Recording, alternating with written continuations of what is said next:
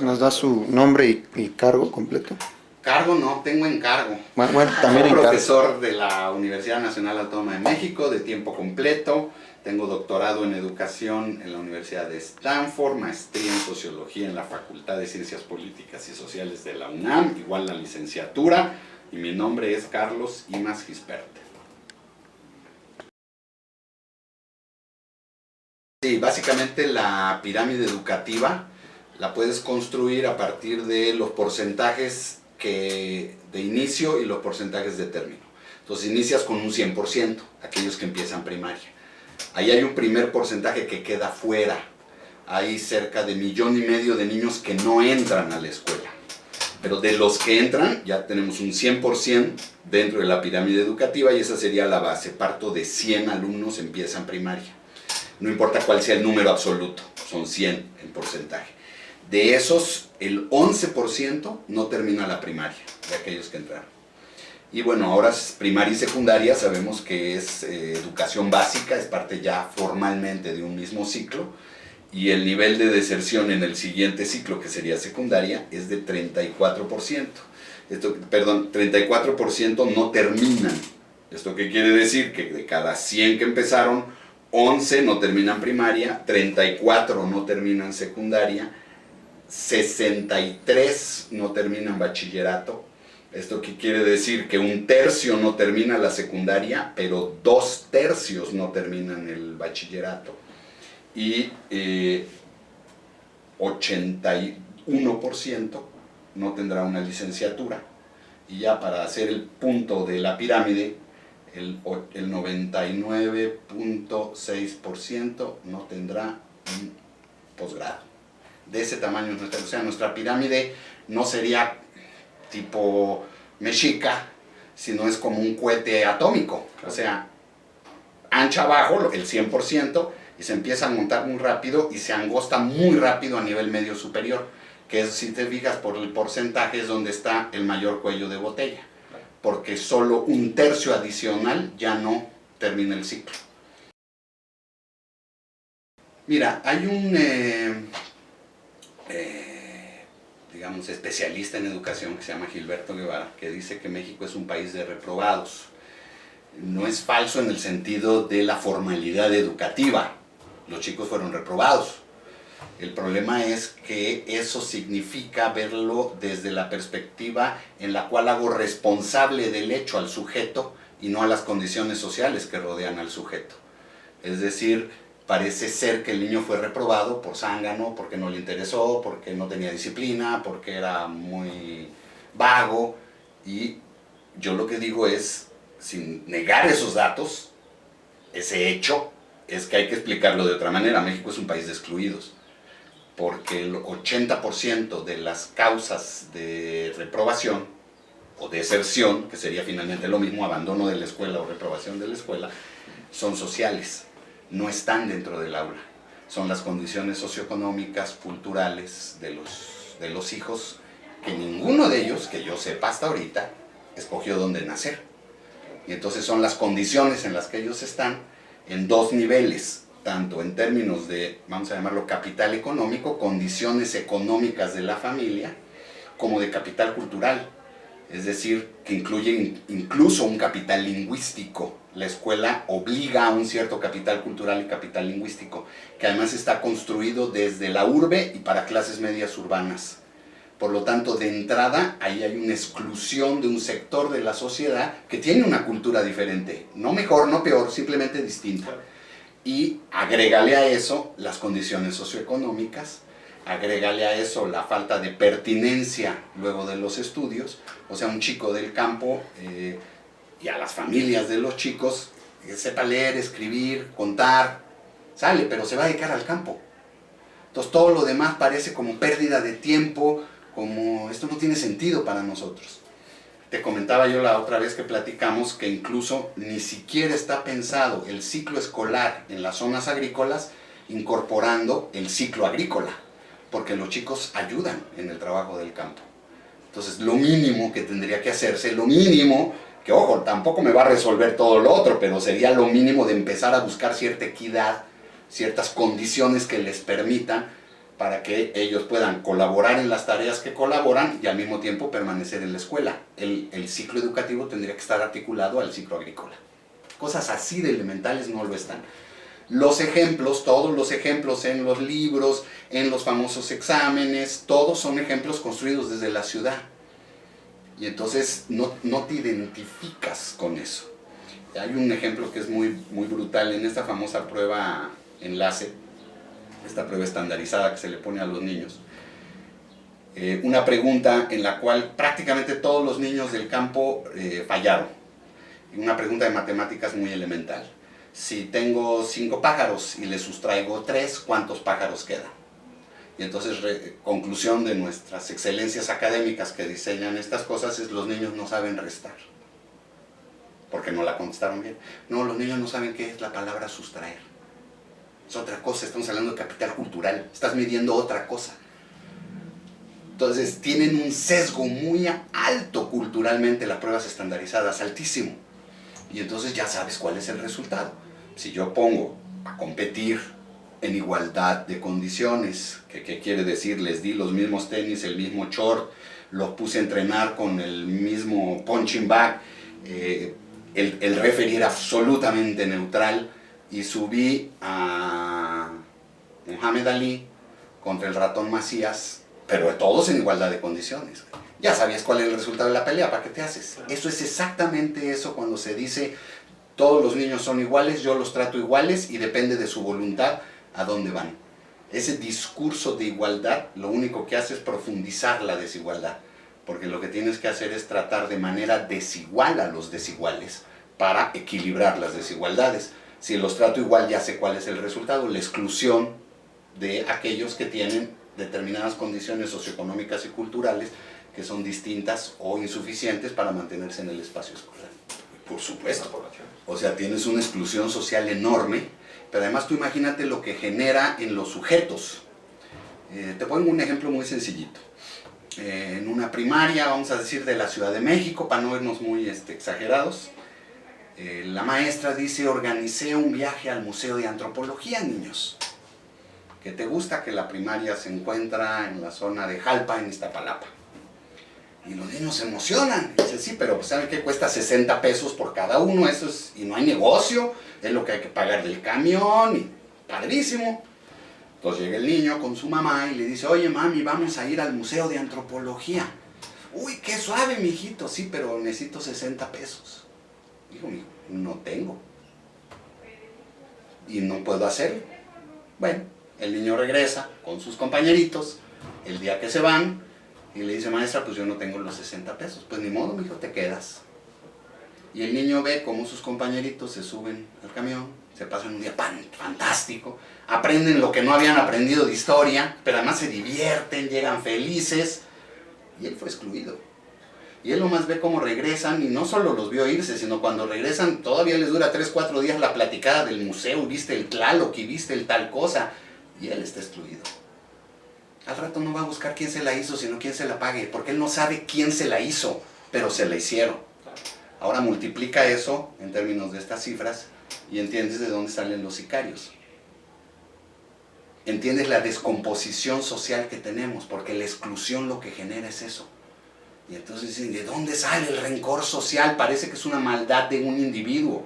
Está construida socialmente, tiene un efecto brutalmente negativo en el conjunto social.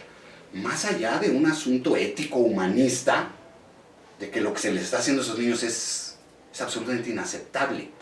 Pero para reconocer eso requieres que nos construyamos como una sociedad solidaria, en la cual a lo mejor no vamos tan rápido, pero vamos más juntos. Y acá no, en la lógica del individualismo posesivo, es tú sube aunque le pises la cabeza, las manos, las patas a otra, porque el éxito se mide en términos de ti como persona. Y después, pues, ¿qué pasa? Que viene la venganza social. Eso es lo que pasa socialmente, ¿no? Entonces, eso es lo que estamos viviendo. Entonces, para modificar eso requieres un cambio estructural de fondo. Muchísimo más recursos a las escuelas en menores condiciones. Es casi el 35% de las escuelas de nuestro país primarias se llaman escuelas unitarias. ¿Qué quiere decir? Que un maestro le da clase a los 6 grupos. en las zonas más marginadas, en las zonas más apartadas, en las comunidades campesinas e indígenas, donde además el pueblo pone la escuela, la habitación del maestro y la alimentación del maestro.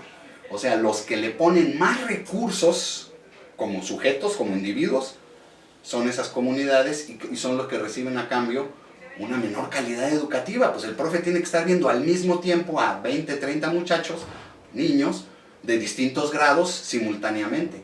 Eso en la ciudad no lo ves nunca. Ahí cada maestro tiene su grupo, es decir, si te fijas de qué magnitud requiere ser la inversión para empezar a equilibrar esas cosas, es muy importante. Nada más que habría que hacerse siempre la pregunta, ¿y cuál es el costo de no educar? Porque dicen, nos va a salir caro como sociedad, nos va a costar recursos, sí. ¿Y cuál es el costo de no educar?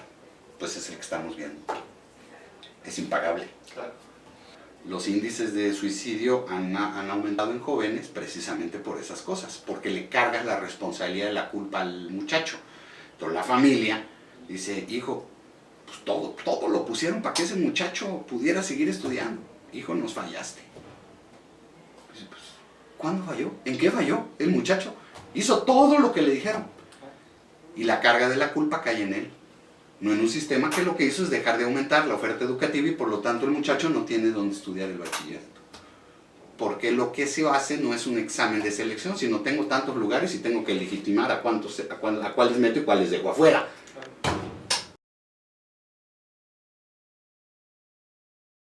Lo primero que yo te diría es en sentido contrario de la política educativa actual. O sea, la primera definición es sí, pero en sentido contrario a lo que se está haciendo. Imagínate lo que te estoy diciendo. No a la estandarización, porque la estandarización todavía abona más en la exclusión, es evidente. No al pago a los maestros a partir de calificaciones estandarizadas a los alumnos, porque no reconoce la diversidad de las condiciones. Y por lo tanto un excelente maestro que le da clases a 6 grupos al mismo tiempo, de 6 grados diferentes, que hablan una lengua diferente, y logra que esos chavos avancen, ese es un excelente maestro. Uno que tiene puros niños, hijos de intelectuales en la colonia Roma o en la colonia, pues hace su trabajo, pero no es, porque eso tiene que ver con las condiciones. Ser excelente es hacer lo mejor que puedo con lo que tengo. No inventarse un nivel en el cual dice, ahora todos tienen que llegar a este nivel. Pues sí, nomás que uno arranca de acá y otro arranca de acá, por lo tanto no los puedo calificar iguales. Y lo que es peor, los maestros van a recibir su salario de acuerdo a esa calificación. Ergo, ¿qué están haciendo los maestros? Los que no se han opuesto. Los que se han opuesto, por suerte, están ahí en la calle. Los que no se han opuesto, ¿qué han hecho? Entrenar a sus alumnos a pasar un examen. Y entonces se dedican 3 meses a memorizar respuestas de la prueba enlace. Y entonces es un retroceso por donde le veas. Ahora regresa la educación memorística. Es decir, no se trata de pensar, de construir críticamente, sino de memorizar textos y repetirlos como perico. Eso no sirve para nada, a nadie le sirve para nada, pero a eso nos lleva, por eso te digo en sentido contrario. Segundo, gasto diferenciado. El gasto educativo debe ser federal, no puede ser estatal y tiene que compensar los rezagos. Y ahí donde haga falta más recursos, hay que meter más recursos que en donde no haga falta. Tienes que reconocer el rezago numérico. Dicen, el problema es de la calidad, y nadie define calidad. Primer problema. Antes le llamaban excelencia, sus excelencias académicas, de una ignorancia. Hoy le llaman calidad educativa. Ok, dime qué es eso. Pues la calidad debe ser una aspiración permanente. Siempre aspiro a ser mejor y a hacer mejores las cosas. Entonces tengo que revisar mis procesos para ver cómo los puedo mejorar. Son procesos, no pueden ser numeralias. Ellos confunden lo que pueden medir con lo que se necesita evaluar. Y el proceso educativo, la gestión escolar, solo se evalúa cualitativamente, observándola, viendo las condiciones particulares del lugar y los desarrollos que tienes en el lugar. Lo demás es la trampa que explicaba yo hace un rato. Entonces, no se define lo que significa calidad, y se dice, la cantidad está resuelta. En primaria llegamos al 100% de la cobertura. ¿Qué es lo que nos están diciendo con eso? Yo puse la escuela y el maestro, el RIN y el referí. Claro. Y los niños que fueron madreados en el camino por Cassius Clay, pues ni modo, pues ¿para qué no se ponen la pila? Y entonces ya no es mi responsabilidad de Estado que constitucionalmente estoy obligado. La obligatoriedad de la educación no es solo para los individuos, es para el Estado, en términos de generar las condiciones para que los individuos puedan cumplir con esta obligatoriedad educativa de la educación básica. Entonces no se reconoce el rezago cuantitativo y lo que estás teniendo es un crecimiento enorme de frustración, de marginalidad y de no incorporación a eso que sería tu contemporaneidad. Que la educación es socialización en sí misma. Entonces es una inversión en sí misma, no puede verse como gasto, es una inversión social que hacemos entre todos para todos. Si alguien quiere poner su escuela privada y alguien quiere mandar a sus niños, ahí está bien. No, ¿para qué nos oponemos a eso? Pero el Estado no puede estar sustituyendo su responsabilidad por la vía de los privados, que eso es lo que ha estado haciendo. Cada vez más, gradualmente, lo que hace es desestimula la educación pública para que florezca la educación privada. Los países que mejor lo han resuelto, hay un ejemplo que es precioso, que es el único país que se opuso a la evaluación estandarizada, dijo eso no sirve, eso no tiene sentido. Hace 2 años aceptaron que les pusieran la prueba PISA, que es, digamos, el enlace a nivel internacional, la prueba enlace a nivel internacional. Sacaron el primer lugar.